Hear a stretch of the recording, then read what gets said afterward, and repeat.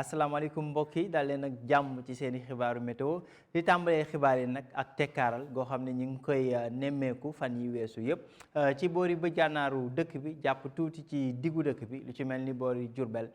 jëm boori Thiès ak boori Linguère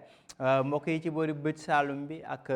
boori Fatick Kaolack ak Kaffrine foofee nag ñi ngi wëy di fa nemmeeku ay taw rawatina démb ci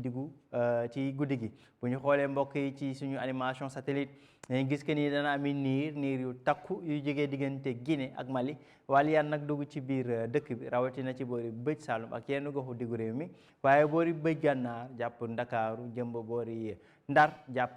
Podor ak Matam foofee asamaan si dana leer dana am tuuti niir yu fay doxantu waaye asamaan su leer lañ fiy gën a nemmeeku mbokk yi bu ñu jàllee ci tey ci guddi gi jàpp nag ëllëg ci suba dinañ séntu ay taw yoo xam ne dana ànd ak dënnu ci boori Casamance diggante Ziguinchor Sédhiou Kolda waaye tamit ca boori Kédougou muy taw yu ànd ak dënnu ay taw yu néew nag la ñuy séntu ci diggante Sine Saloum rawatina boori Fatick Kaolack Kaffrine jëm nag ba boori Tambacounda ak Bakel li jees ci dëkk bi nag tekkaaral lañ fay gën a nemmeeku comme ni ngeen ko gisee ci animation satellite bi muy ay asamaan su leer ci diggante bëj Gànnaar wàcc nag jëm boori Ndakaaru foofee sax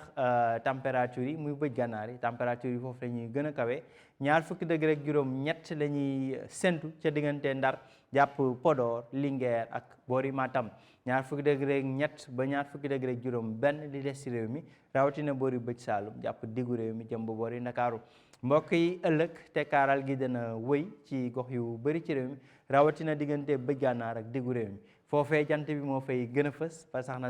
ba tax na sax température yi dana kawe ca boori bëj Gànnaar ak penku ñeent fukki degré jàpp ñeent fukki degré ak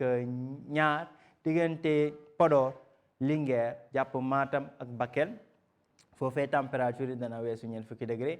température yu gën a néew la ñuy séntu ca boori bëj Saalum réew mi foofee nag niir yi dana fa bëri lool ba tax nañu fay séntu ay taw diggante Ziguinchor Sédhiou Kolda waaye tamit ca Kédougou ay taw yu néew yu ñuy séntu ëllëg ca alarba bi ci diggu bëccëg gi jàpp guddi gi diggante Kaolack ak boori Tambacounda température yi nag dana dalee ci fanweeri degré ak